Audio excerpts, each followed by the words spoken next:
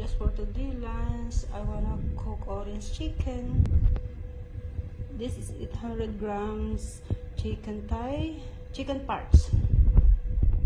I marinate with 1.5 teaspoon light soya sauce and 1 teaspoon salt, a pinch of white pepper, ground white pepper,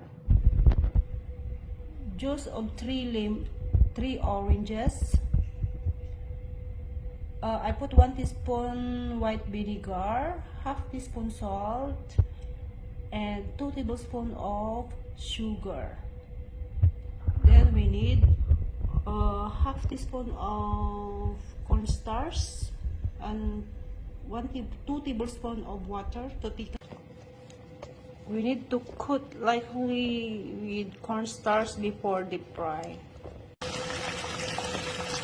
Deep fry like this until brown. We boil the orange. And we add in the chicken, the food.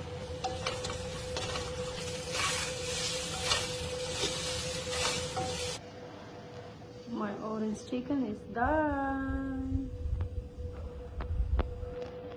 Thank you for watching. Have a nice day.